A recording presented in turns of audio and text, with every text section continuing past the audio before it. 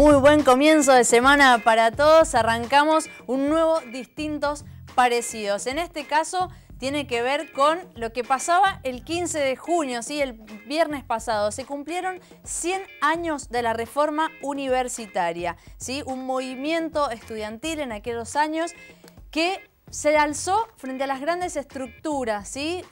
Frente a las grandes estructuras eclesiásticas, las ideas conservadoras de ese momento, ¿sí? En un contexto internacional de Primera Guerra Mundial, a 8 meses de la Revolución Rusa, de revoluciones hacia adentro de América Latina también. Bueno, ¿qué se pedía? Que se cambiaran aquellas cosas que hacían que la universidad quedara anacrónica, ¿sí? Y fuera contra los derechos o las libertades de los mismos estudiantes. En ese momento, 1.500 estudiantes a nivel universitario, ninguna mujer.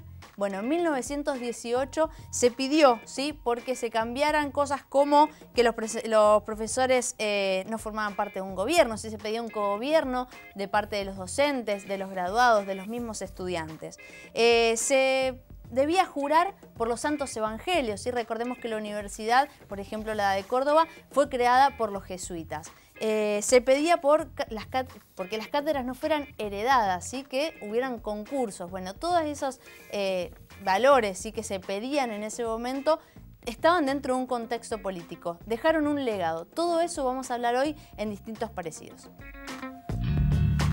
Se cumplen nada menos que 100 años de la reforma universitaria.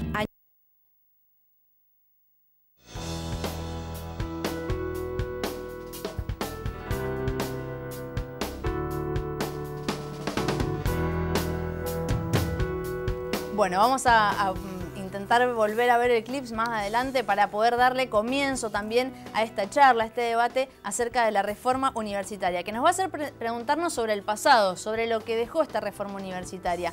¿Cuáles son las demandas actuales de la universidad pública y cómo la debemos pensar mirando hacia el futuro? Para todo eso vamos a presentar a nuestros invitados, pero antes voy a presentar a mi compañera Carolina. Buenas tardes, ¿cómo estás, Caro? Buenas tardes, Fer, muy bien, y saludamos a todos aquellos que están del otro lado a través de Canal 30 TDA, Canal 22 de Supercanal Digital y por supuesto a través de www.universidad.com.ar. Como bien decías, hoy se trata acerca de la reforma universitaria y vamos a hablar también cuál es la situación de Argentina con respecto a Latinoamérica. Exactamente, pero para ello necesitamos a nuestros invitados, como todos los días. Está con nosotros Mercedes Barichetti. Muchísimas gracias, Mercedes, por estar acá. Buenas tardes. Gracias.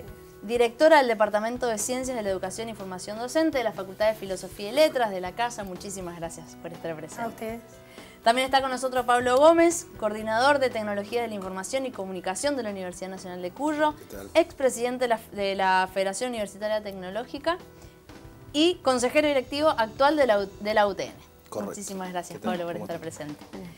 Y también está con nosotros Cecilia Almonacid, docente adscrita de la Facultad de Filosofía y Letras de la Cátedra de Política Educativa y actual consejera electa directiva del claustro de graduados. Muchísimas gracias por estar presente también. Muchas gracias a ustedes. Bien, arrancamos, Caro, con la columna del día. Con la columna del día, sí, es que está relacionada con la reforma universitaria. Hacemos un poquito de revisión histórica y nos vamos a ese 15 de junio de 1918, en que por el día de hoy se cumplió un siglo del movimiento estudiantil que cambió la historia de la educación superior en Argentina y la región. La reforma universitaria incorporó la libertad de cátedra y el cogobierno de docentes, graduados y estudiantes. A su vez, entre los reclamos que se hicieron estuvieron la actualización de los planes de estudio y de la infraestructura, la implementación de nuevas metodologías de estudio y enseñanza, el régimen de concursos para la provisión de las cátedras y la extensión universitaria. Uno de los temas que de alguna forma fuera del aire lo estábamos tratando y decíamos, la extensión universitaria también es uno de los temas que hasta el día de hoy, un siglo después, sigue siendo una materia pendiente a desarrollar y a perfeccionar por nuestra universidad. Exactamente. Bueno, vamos a ir viendo, ¿no?, hacia adelante y en función de la lupa de la reforma universitaria, de cuál fue el legado de la reforma,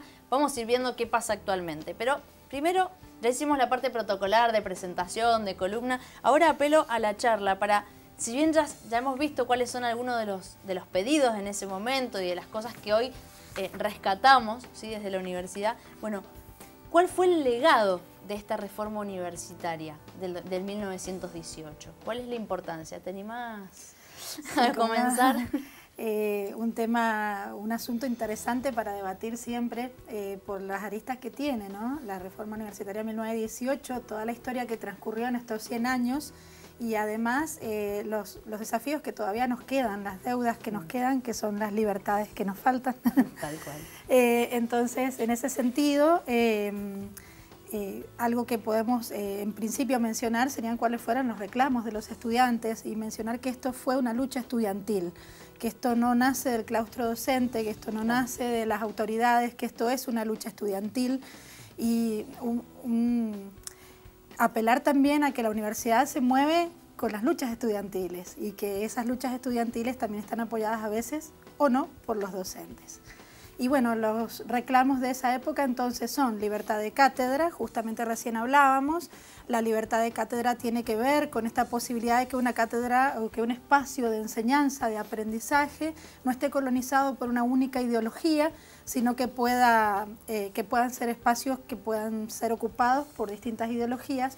¿Y eso cómo se hace? Por medio de concursos, o sea, ese es otro de los reclamos, ¿no? Bien. Los concursos tienen que ver con la compulsa de las capacidades, de los conocimientos de distintas personas para ocupar un espacio y ese también fue uno de los reclamos. El tema de la autonomía universitaria, algo muy importante, algo que en este momento estamos viviendo como una lucha justamente más que nada de los docentes de las universidades nacionales, la autonomía y la cogestión, que tiene que ver, el cogobierno, que tiene que ver con esto de los distintos claustros que componen las universidades nacionales y en qué porcentaje de participación tienen en el gobierno universitario. Bien. Cecilia, ¿cuál fue el legado de la reforma universitaria? Uno de los legados de la reforma universitaria, y que quería agregar a lo que decía Mercedes, es que fue una lucha estudiantil tal cual, pero no fue una lucha estudiantil de una clase que estaba ascendiendo socialmente, era la clase proletaria. Los que comenzaron a asistir a la universidad y los que estuvieron en esa lucha eran justamente los hijos de los inmigrantes, los hijos de esa clase que estaba creciendo socialmente, estaba ascendiendo. Entonces, bueno, el puntapié inicial para iniciar esta lucha estudiantil fue el cierre del hospital universitario que albergaba a los estudiantes que no tenían recursos económicos para sostener sus estudios. Entonces ese es uno de los legados y que también tiene que ver con a la actualidad, cómo se lucha desde los distintos espacios estudiantiles porque la universidad sea para todos, que no sea exclusivamente de aquellas clases sociales que pueden acceder, no solamente económicas, sino porque han ido a alguna escuela o han tenido un estudio en educación privada o en mejores condiciones pedagógicas que los que no. Entonces eso es uno de los legados, la lucha política y social para los que menos tienen puedan acceder a la universidad. Creo que eso es lo que sigue vigente. Bien. Pablo, para darle voz a todos. Sí, me parece importante recalcar que la reforma, los hechos del inicio de la reforma, porque la reforma sigue viva, ¿no? O sea, no es que estamos conmemorando algo que pasó, sino que es algo que sigue pasando. Aquellos inicios ocurrieron en un momento particular del país. Por primera vez teníamos un presidente electo democráticamente por voto secreto y obligatorio. Irigoyen acababa de ganar la primera elección que se hace con voto universal, digamos, eran solo varones en aquella época, universal, secreto y obligatorio, la gana el radical Hipólito Yrigoyen, y eso trae aparejado un montón de reformas en distintos sectores de la sociedad.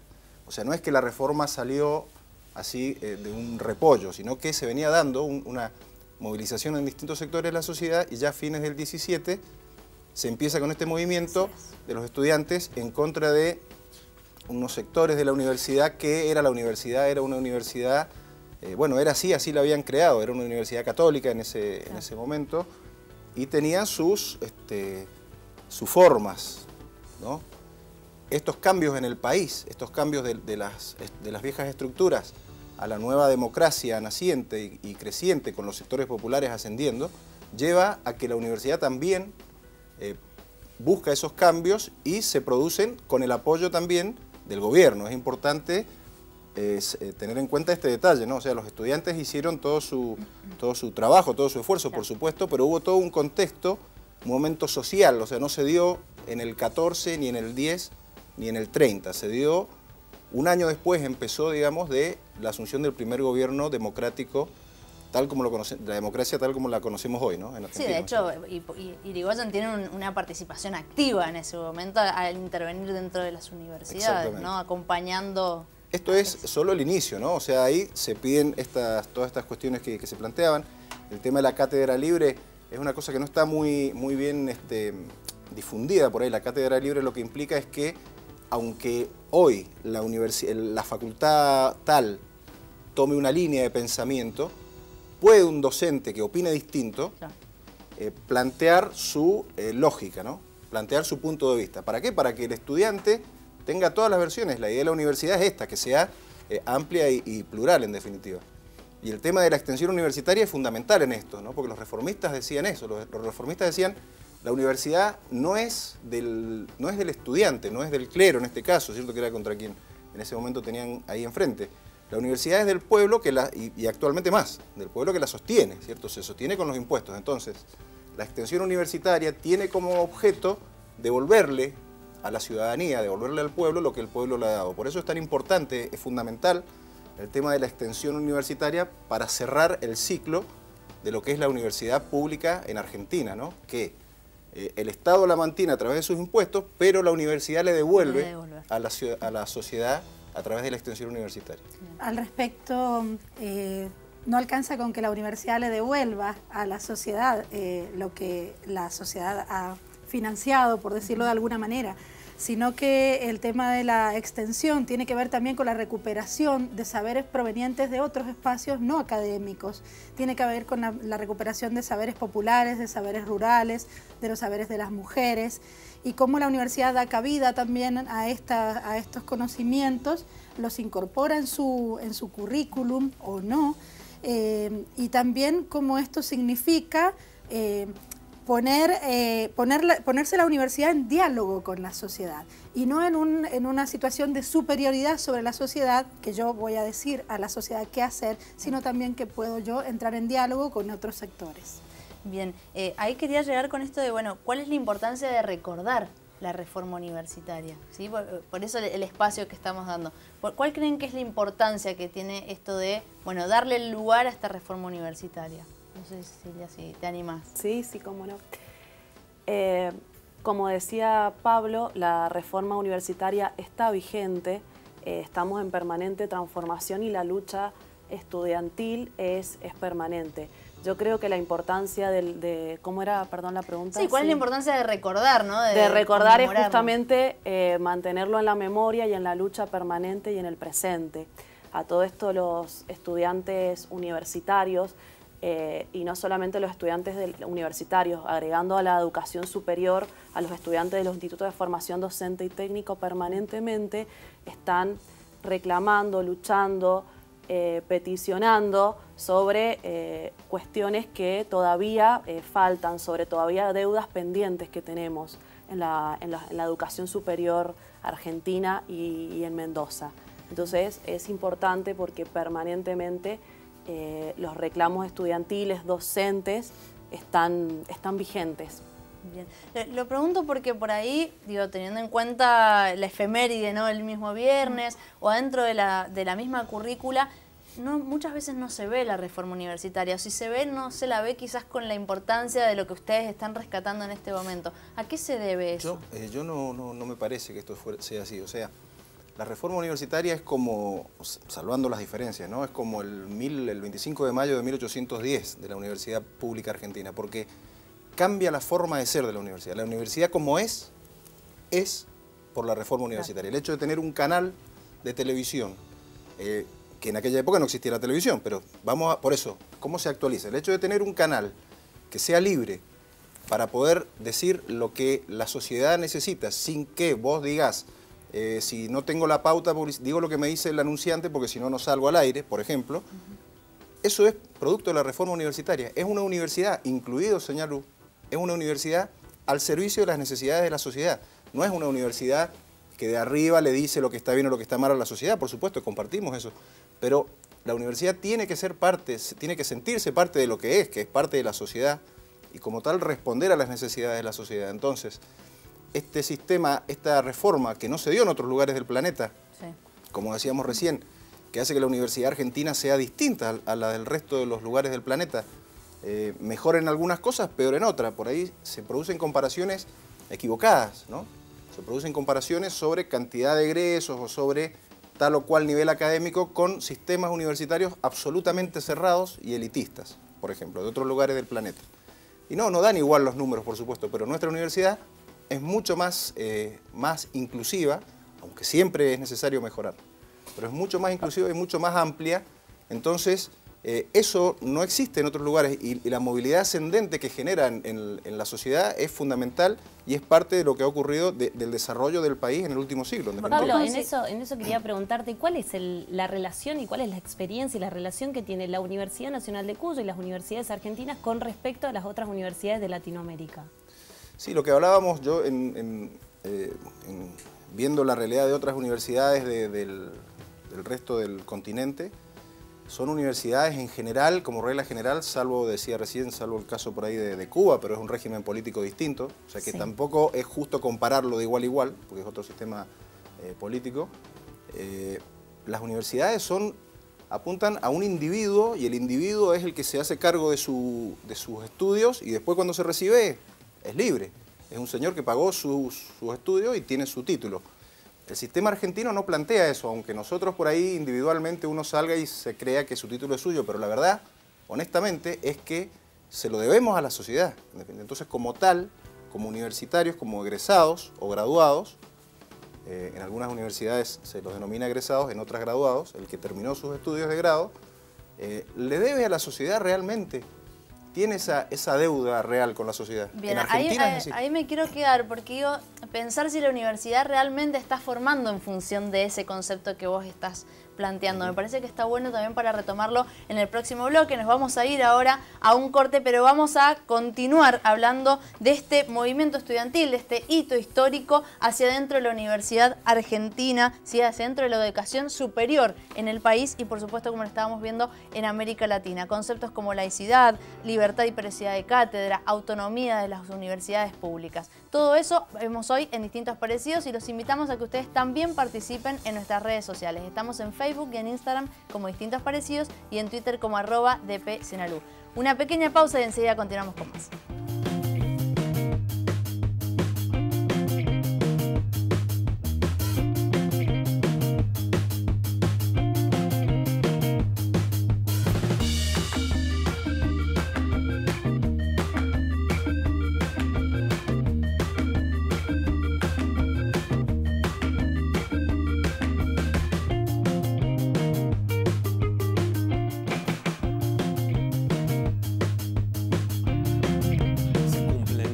Que 100 años de la reforma universitaria. Año 1918. Estudiantes universitarios de Córdoba protestaron contra lo que consideraban prácticas autoritarias y dogmáticas de quienes dirigían la universidad. Hoy la reforma debe ser personal, un acto de amor propio, de justicia individual. Hipólito Yrigoyen y estos estudiantes cordobeses avanzan en la reforma no solamente del estatuto de la Universidad de Córdoba, sino en la metodología de la Universidad Argentina. Hoy, a 100 años de esa fecha que es simbólica, pero que marca un camino, las universidades están pasando por un momento difícil, complejo. Tenemos en Argentina universidades de alto nivel académico y gratuitas, ¿no? Cosa que es muy poco frecuente en el mundo. La reforma universitaria es una de las... fue uno de los momentos de vanguardia y de mayor avanzada que se produjo en la cultura política argentina. No piense siquiera el pensamiento como privilegio de unos pocos, y a los que piensan por sí mismos se les tilda con cinismo de fanáticos y locos, los que nos quieren amoldados, confundidos, temerosos, fuera de foco, conectados dentro de pozos, hipnotizados en calabozos. ¿Me equivoco?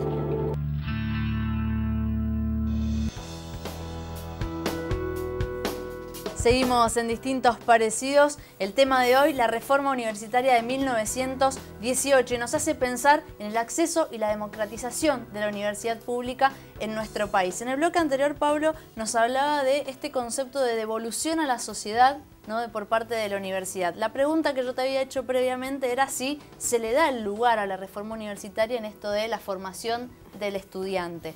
Y ahí un poco me queda esta pregunta de si es real esta formación en términos de, bueno, de generarle al estudiante esta responsabilidad o esta función de devolverle a la sociedad.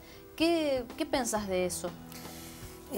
Todo lo que tiene que ver con la formación universitaria, en especial en Argentina, y la influencia en algunos espacios de Latinoamérica, tiene que ver con este compromiso social que la universidad, esta responsabilidad social de la universidad respecto a lo que podríamos llamar la devolución. Sí, le digo así porque la devolución sería algo como si estuviésemos hablando de una transacción mercantilista, claro, ¿no? Sí. No sería una devolución, sino que sería en todo caso la educación de todos, de todas, los argentinos, las argentinas, de manera que esta sociedad pueda ir mejorando desde todo punto de vista. La educación superior está declarada como un derecho y un bien social y público, entonces, para toda Latinoamérica. Entonces, esta supuesta devolución sería natural si la sociedad toda pudiese acceder a la educación superior. ¿Qué es lo que sucede? Que en este momento no tenemos un acceso completo y la igualdad de oportunidades no es para todos de la misma manera. Entonces, la universidad implementa ciertos espacios de formación en los que pone en tensión distintos grupos sociales, distintos grupos económicos, distintos grupos culturales, o debería hacerlo con mayor... A lo mejor esas prácticas no son tan asiduas o no son tan comunes o tan habituales como desearíamos. ¿En qué aspectos, Mercedes, consideras de que no hay acceso completo a la universidad? Para poder acceder a la universidad, yo estoy hablando de la Universidad Nacional de Cuyo, que es la que conozco, pero en general para las universidades nacionales, se requiere un cierto capital cultural, se requiere un cierto sostén económico, se requiere un apoyo familiar, se requiere de un espacio que permita que esa persona pueda sentarse a estudiar, que pueda compartir sus ideas en un lenguaje con ciertos códigos que puedan ser comunicados. La universidad en ese ámbito en general suele ser muy académica, entonces hablamos todos un lenguaje académico y no necesariamente un lenguaje comunicacional, un lenguaje que sea más accesible. Acceder a ese lenguaje ya es una limitación para ciertos grupos sociales, por ejemplo. Entonces, ciertamente hay que implementar políticas en las que se puedan promover diálogos de saberes entre la universidad, que podría llegar a ser considerada desde este punto de vista, ¿no?, una especie de burbuja académica, y el ámbito social, cultural de las personas que a lo mejor ustedes han oído hablar de por ejemplo, primera generación de universitarios. Es algo que existió en Argentina y que existe todavía, gente cuyas familias nadie ha llegado todavía a la universidad. Entonces, se ha avanzado mucho en estos 100 años, como decíamos recién, esta lucha que decía Cecilia de 1918 fue promovida por ciertos grupos sociales, se ha avanzado mucho en ese sentido, pero todavía quedan muchas deudas. Bien, ¿y cuáles son esas deudas, esas demandas que todavía quedan? Bueno, continuar con la participación de los distintos claustros, o sea, revisar la participación de los distintos claustros en la universidad, en el cogobierno universitario. Es un principio que viene de la reforma del 18, que se avanzó efectivamente, que nosotros en la reforma del 2014, la reforma del estatuto del 2014 en la Universidad de Cuyo, también se avanzó, pero eso es una de las deudas pendientes. Ahora elegimos directamente a nuestras autoridades universitarias, no solamente por voto indirecto, ese es un avance importante, pero bueno, todavía hay que revisar esa composición del voto ponderado, ¿no? Es una deuda pendiente, que también viene y depende de la Ley de Educación Superior, también está ligado, o sea, de que otra de las deudas pendientes es la revisación y la actualización de la Ley de Educación Superior.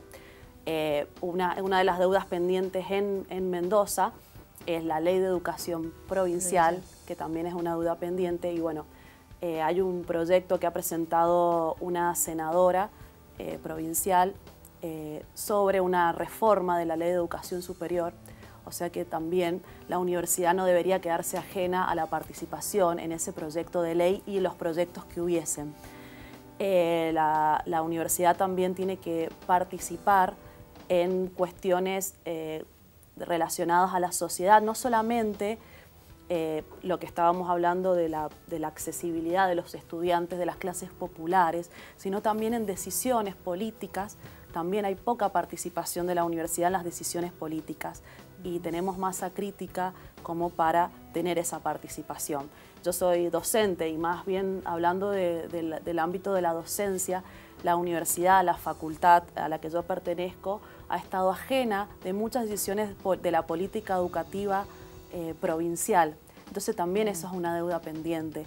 Ha pasado, ¿con intencionalidad se mantiene esa por lejanía o por aislamiento? Por aislamiento, no puedo decir por intencionalidad. Lo que pasa que al ser de dos jurisdicciones distintas, esa comunicación es nula. También se ha avanzado en muchos sentidos, pero esa también es una deuda pendiente, que realmente la universidad participe en las decisiones políticas de no partidarias en sí, sino decisiones políticas importantes, como por ejemplo la definición de títulos, en la Dirección General de Escuela, incumbencia de títulos, programas estudiantiles, programas, y bueno, la verdad que es una deuda pendiente de la universidad. Bien. Pablo, ¿querías agregar algo? Sí, yo no comparto totalmente este punto de vista. Yo creo que hay muchas deudas pendientes. Está bueno porque la universidad se debe seguir reformando. Alguien lo decía el otro día en Córdoba, no me acuerdo quién.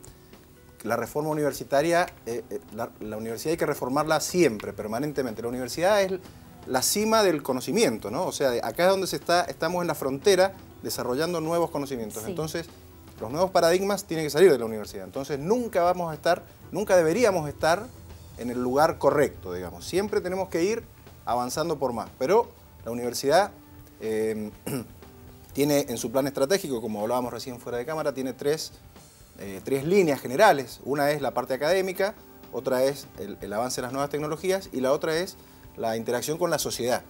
En nuestro caso, con Mendoza básicamente, y recordemos que la Universidad de Cuyo está hasta en el Balseiro, ¿no? También es parte de la Universidad de Cuyo. Entonces, esta interacción con la sociedad está bueno que tengamos y que busquemos más, pero tenemos interacción.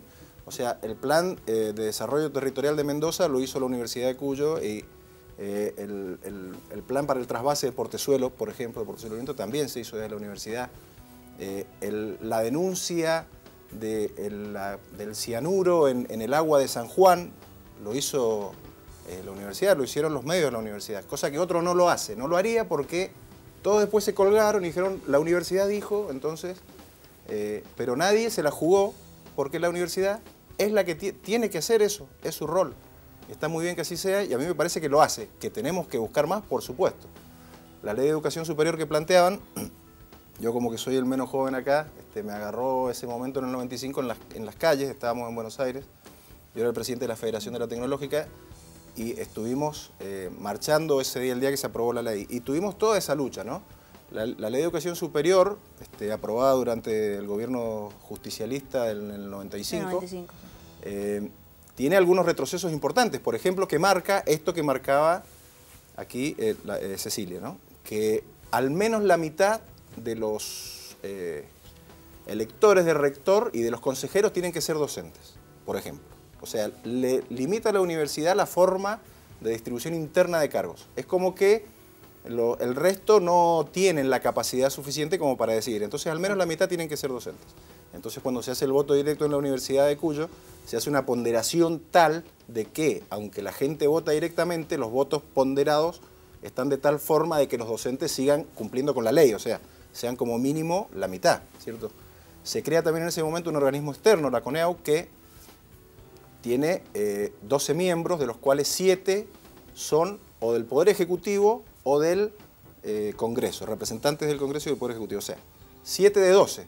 Entonces, la autonomía universitaria también se restringe, porque la CONEAU es la que dice si un título vale o no vale, ¿cierto? Si se están haciendo bien las cosas en la universidad. estas son cosas que hay que cambiar, creo yo, por lo menos, ¿no? Son opiniones, por supuesto. Bien. Tenemos que ir a un nuevo proyecto de ley, a una nueva ley de educación superior que avance sobre aquella que fue dictada. Había escritos en inglés del Banco Mundial, realmente, no es una forma de decir. O sea, no es que, ¿viste cuando dicen, no, porque el FMI, no. Yo lo vi, yo lo leí en inglés, las instrucciones para la educación en América Latina, que incluía reducir las currículas y avanzar en posgrados, reducir el grado, digamos que era el gratuito supuestamente, y avanzar en posgrados pagos. Bien. Mercedes. Sí, bueno, dos cosas. Una tenía que ver con la autonomía, me ganaste de mano, universitaria, claro. Esta tensión que hay siempre entre la posibilidad de mover los hilos de la universidad por parte del gobierno nacional en este caso, porque las universidades dependen de la jurisdicción nacional, como decía Cecilia recién, y la tensión con el principio de autonomía universitaria, que es uno de los principios que se reclamaron en la reforma del 18. Entonces, en ese sentido, algunas universidades nacionales han respetado más los lineamientos de los gobiernos y otras universidades nacionales han proclamado su autonomía y han avanzado más allá en esto de la representatividad de los claustros, ¿no? También tiene que ver con las tradiciones de cada universidad nacional y tiene que ver con la historia de cada una de esas universidades nacionales. Y recién vos preguntabas por las deudas pendientes. Una de las deudas que nos queda también es la participación de la mujer en el gobierno universitario. Cómo la mujer, especialmente en las universidades nacionales, ha ido ganando lugar. Hay un estudio realizado por María del Carmen Carrió, que no ha podido venir hoy aquí, pero es muy interesante. Ella hace su tesis de maestría al respecto y analiza cómo en la Universidad Nacional de Cuyo los lugares de gestión secundarios son ocupados por mujeres, pero no los principales. Bien, un tema que hablábamos fuera de aire, pero me parece que tiene que ver y tiene incumbencia justamente para traer el tema, es la incumbencia de los títulos, ¿sí? Cómo eso se busca modificar hoy. Digo, ¿cómo va en detrimento o no de esta autonomía universitaria? ¿Cómo lo ven? Recién lo que dialogábamos era también, en términos de tensiones, lo vuelvo a plantear, ¿no? El gobierno nacional tiene la capacidad de planificar de alguna manera y de establecer en una planificación a largo plazo qué formación pretende para su población y en base a un proyecto, a un proyecto a largo plazo, ¿no? Pero eso también entra en juego con la autonomía universitaria y la capacidad de definir sobre qué quiere enseñar y también entra en juego con esta relación nación-provincia o nación-región, ¿no? Porque cada universidad tiene un ámbito de llegada, un ámbito de incumbencia, en donde rescata lo que sus egresados, lo que sus estudiantes, lo que su comunidad le propone como algo prioritario y aquellos lineamientos que vienen de espacios más amplios y que a lo mejor tienen una mirada más general. Entonces también eso lo proponemos en términos de tensiones, o sea, no es que estamos diciendo la relación tiene que ser en este extremo o en este otro, sino en qué punto eso puede ser beneficioso para todas las partes. Lo traigo a colación porque justamente, Pablo, vos lo nombraste en función de esta ley del 95, ¿no? Bueno, cómo se delimitaba esto de los posgrados o reducir el grado en sí mismo. Digo, me parece que puede ir un poco ahí, por eso lo traía, digo, para también conocer la opinión de ustedes en eso, ¿no? Cecilia, no sé si vos tenés algo para agregar con respecto a esto de las incumbencias de los títulos. Sí, no está muy clara, pero realmente es todo un tema de debate, a ver de qué manera van a definir las incumbencias profesionales. Estamos hablando de carreras profesionales que son, bueno, sumamente importantes para el desarrollo de nuestro país. Entonces, también entran en juego y en tensión con las mismas decisiones de la universidad, ¿no? De la autonomía universitaria. Así que, bueno, es todo un tema para analizar y que, bueno, sería interesante que fuera un poco más claro, más debatido, más participativo, o por lo menos no está planteado de esa manera y la comunidad universitaria no tiene muy claro a qué se refiere. Claro, ¿sí? Faltaría una discusión más a nivel más universitario e interuniversitario, con participación de los distintos actores, federación, docentes, CONADU y todos los los actores que tienen que participar en esas discusiones.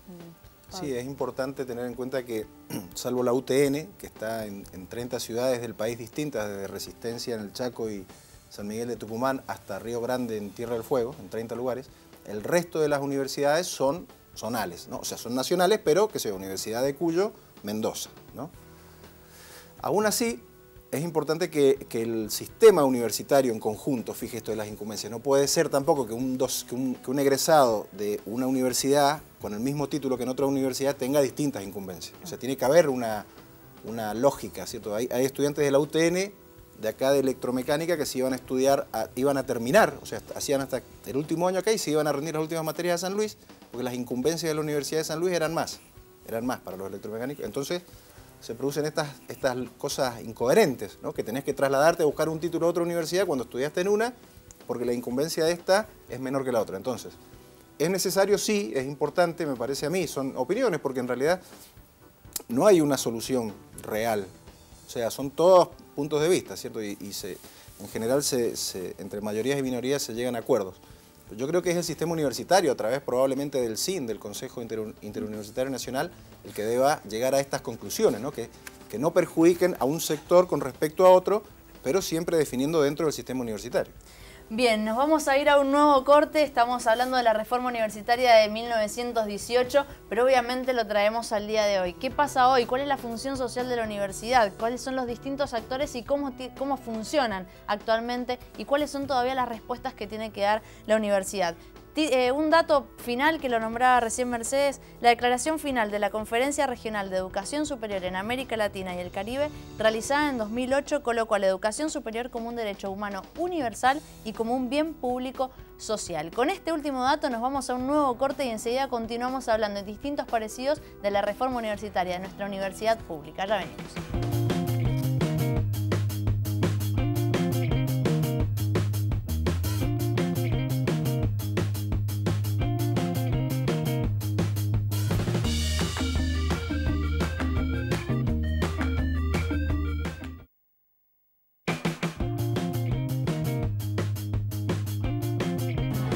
Hace 100 años, los que hacían de la universidad su verdad despertaron con la bronca del que sueña y se pararon de mano frente al prejuicio del poder, el autoritarismo de la élite y del clero, la ignorancia de los poderosos y la sordera del necio.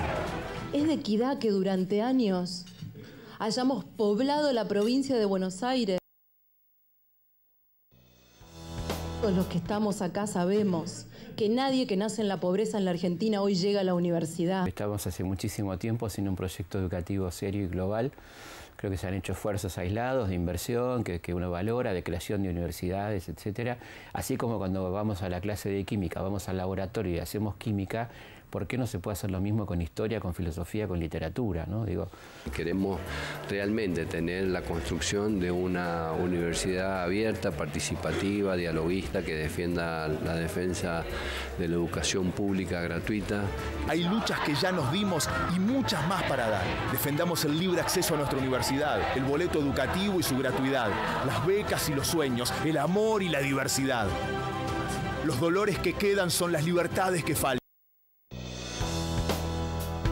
Continuamos en Distintos Parecidos, seguimos hablando de la reforma universitaria de 1918, como este entendimiento de la vinculación entre la educación y las ideas reformistas en pos de una sociedad más justa, así se planteaba en ese momento, así más equitativa y preparada para tomar decisiones por su cuenta, por sí misma. Eso es una manera de recordar estos estudiantes, este movimiento estudiantil de 1918. Ya estamos hablando de la actualidad, ¿sí? De cuáles son las demandas de la universidad pública en la actualidad y cuáles han sido sus transformaciones. Nos vamos a ir a la columna de Caro para continuar este debate. Así es, Fer. Bueno, vamos a la siguiente columna para también tratar de esto que se va a vivir el próximo jueves y viernes, ¿no es cierto? 21 y 22 de junio. Al cumplirse los 100 años de la reforma universitaria, docentes, estudiantes, egresados y público en general podrán reflexionar en un encuentro en la Facultad de Filosofía y Letras, como bien dijimos, 21 y 22. La idea es pensar colectivamente la universidad actual a propósito de la reforma de 1918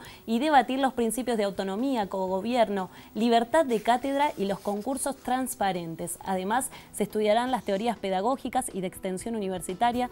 También habrá un espacio espacio para analizar la política universitaria relacionada con la gratuidad y la internacionalización, como también el rol de la mujer en la Universidad Nacional de Cuyo y las experiencias de las reformas del 72, 95 y del 2013. Bien, ustedes van a estar allí, Mercedes, dando... Sí, dando la bienvenida a quienes quieran venir y participar. La intención es que el día jueves 21 se realiza una actividad que se llama Seminario, Movimiento de Alta Política, en donde exponen más expertos y es una actividad más académica con panelistas que van a disertar y se hacen después debates a partir de ello. El día 22 la propuesta es completamente distinta, vamos a intentar hacer una circulación más horizontal de la palabra, en donde docentes, autoridades, estudiantes, egresados, incluso público en general, pueda dar sus opiniones acerca de lo que es la universidad actual, porque tiene que ver más que nada con eso. A propósito de lo que se fueron los ideales de la reforma del 18, pensarnos en la actualidad. Para eso hemos propuesto algunos espacios que hemos denominado conversatorios y que tiene que ver con esto de la horizontalidad, de que todos podemos decir allí nuestra visión, nuestra mirada, y que proponen para la mañana son 3 conversatorios. Uno sobre ciudadanía universitaria, que está organizado por estudiantes de la carrera de Ciencias de la Educación, coordinado por una profesora también de ahí de la facultad. El rol de la mujer en la universidad, que en realidad es una inquietud de mujeres militantes de lo que sería el IDGEM y otros espacios dentro de la Universidad Nacional de Cuyo, que se piensan a sí mismas desde esta tensión, ¿no? En 1918, actualidad, ¿qué pasó con la mujer? Y el tercero tiene que ver con las reformas, que es el que vos hablabas. En la tarde hay otros 2 conversatorios que se los dejo después a Cecilia. Bien. Cecilia, si querés comentar brevemente. Bueno, uno de los conversatorios que estoy a cargo de coordinarlo con otra compañera va a hablar de la educación superior hoy en Mendoza, repensando la educación superior en la actualidad, pero tomando en cuenta esos principios de la reforma que siguen vigentes: autonomía, cogobierno, el principio de laicidad, cómo siguen vigentes, de extensión universitaria, pero también poniendo el foco en los institutos de formación docente y técnica, que, bueno, si bien los institutos de formación docente y técnica aparecieron mucho después de la reforma de la universidad, muchos han tenido un crecimiento exponencial en los últimos años, han tenido una territorialización y han tenido muchas características de la universidad, sobre todo en la autonomía académica, la toma de decisiones. Bien. Bueno, se va a debatir porque actualmente hay un decreto, el 530-2018, donde propone varios cambios, tiene algunas voces a favor, otras voces en contra, otras voces parcialmente a favor, ¿sí? Y está muy debatido. Entonces vamos a invitar a estudiantes, al presidente del Centro de Estudiantes del IES 9002, a la presidenta del Centro de Estudiantes de la Facultad de Filosofía y Letras, a la profesora Claudia Paparini, también, que ha sido como parte de la gestión académica de la facultad y de la universidad, y a Laura Soto, que es una rectora del Instituto 9001. Entonces hemos invitado a distintos representantes para que debatan cómo es la educación superior hoy. Bien, quería retomar un concepto que dijiste vos, que digo, se propuso en 1918, ¿no? Laicidad. Digo, pero sigue hoy en el debate, se pone todavía en el debate. ¿Por qué? ¿Y qué los ha llevado a que eso sea así? Y porque, bueno, esta cuestión de la libertad de cátedra, ¿sí?, que obviamente estamos a favor, también trae aparejado que la formación de los docentes por ahí siga siendo no tan laica. Entonces eso se ve y se ve muy reflejado en los programas de estudio, en la bibliografía desactualizada. Entonces eso se ve muy presente. Y algo que mencionábamos un poco desde el primer bloque, ¿no? La bibliografía desactualizada y anacrónica, encontrarte quizás con una carrera que no va a tiempo a la demanda social. He visto preguntarles, porque es nuestro tercer bloque, Paula, acerca del futuro de la universidad. ¿Hacia dónde vamos con las universidades argentinas? Yo creo que vamos bien, a pesar de todo. No es el mejor momento de la universidad pública quizá, pero yo creo que estamos bien, vamos bien. Como contaban recién no sé si lo dijimos fuera del aire, que no nos enseñan lo que es la reforma, que no hay un concepto de reforma en el estudiante cuando aprende. Pero esto es como la libertad o como la democracia, ¿viste? Es decir, la democracia, ¿quién habla de la democracia? Sin embargo está y la usamos cotidianamente. Eso es lo importante. Y con la reforma es lo mismo. Todas estas cosas que se llevan adelante, todas estas acciones que se realizan porque la universidad es una universidad reformista. Es una universidad que sigue con aquellos principios que se han ido profundizando a lo largo de los años. Entonces, lo que debemos hacer es continuar en ese camino. Quería tirarles un dato que me parece importante en cuanto a la participación de las mujeres. Participación, en este caso, que se lo han ganado solas, ¿no? Individualmente en muchos casos. En el acto de colación anual de la universidad, en agosto, van 14 abanderados de las distintas facultades, de los secundarios y del ITU, ¿no?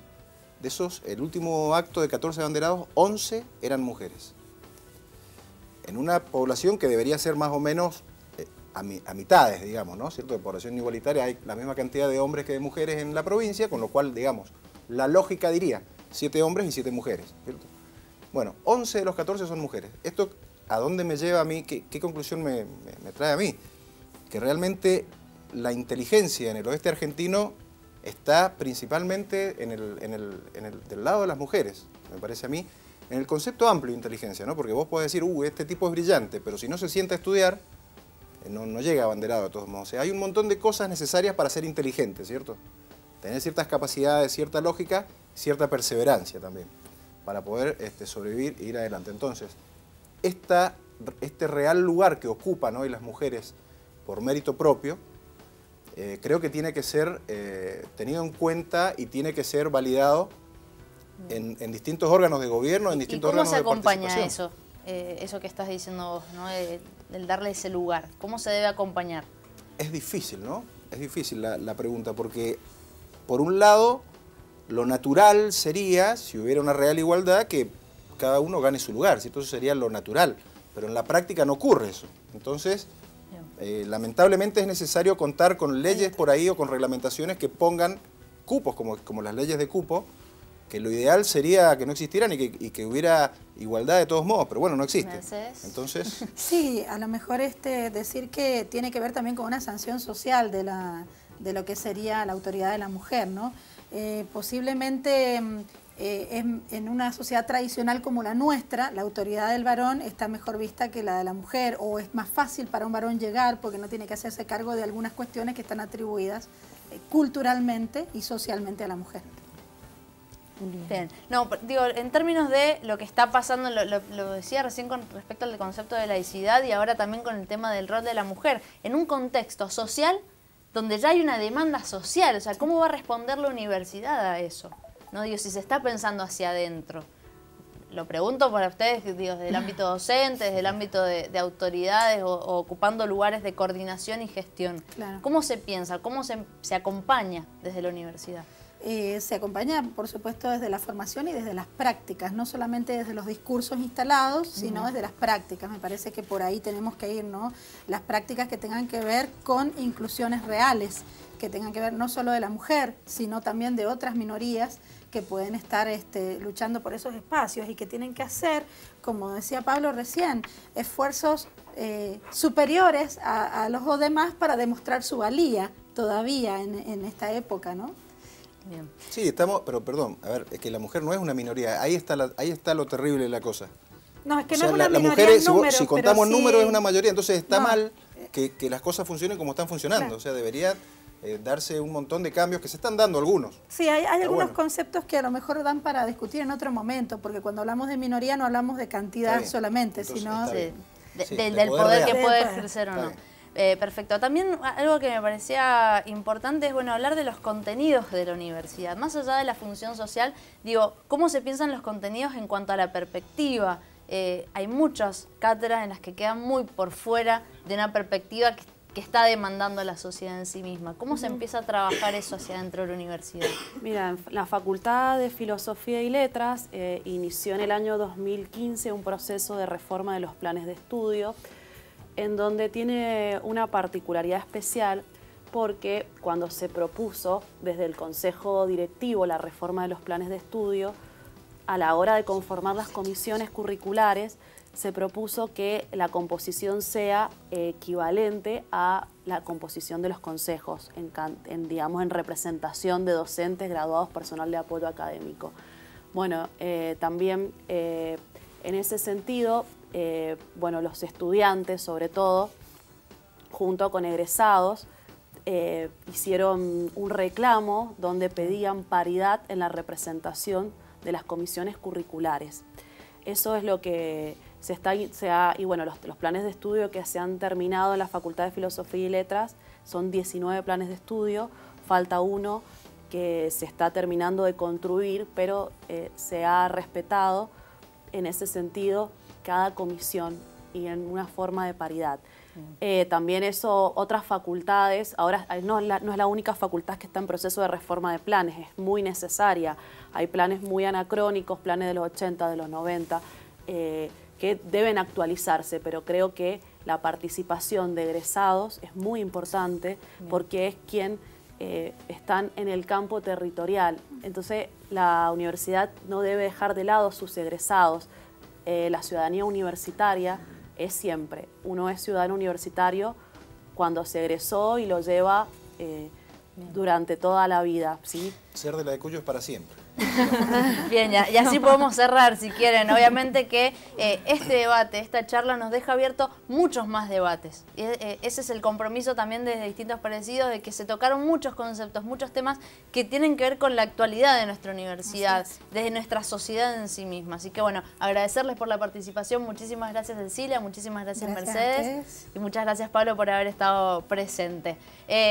Para cerrar, ¿no? Quizás dar la frase más conocida de este manifiesto liminar del 1918, redactado por Deodoro Roca, uno de los reformistas más, el principal líder de esa reforma universitaria, que dice: hemos resuelto llamar a todas las cosas por el nombre que tienen. Desde hoy contamos para el país una vergüenza menos y una libertad más. Los dolores que quedan son las libertades que faltan. Y allí es donde queremos hacer hincapié. Lo hemos estado hablando a lo largo del programa, ¿sí? Un Estado que tiene obligación de responder a la posibilidad de que todos tengan el derecho a acceder a esta universidad, pero que esta universidad tenga la idea de una función social, ¿sí? Que se forme al estudiante, al ciudadano que llega de esta manera, pensando en la sociedad en la que está. Nos vamos a ir, nos vamos a reencontrar mañana, Caro. Sí, no nos queda más tiempo. Yo agradecer a Baidip que me vistió en el día de hoy y nos encontramos mañana. Por supuesto. Muchas gracias nuevamente a nuestros invitados y a ustedes que estuvieron. Nos reencontramos mañana a las 19 horas. Chau, chau.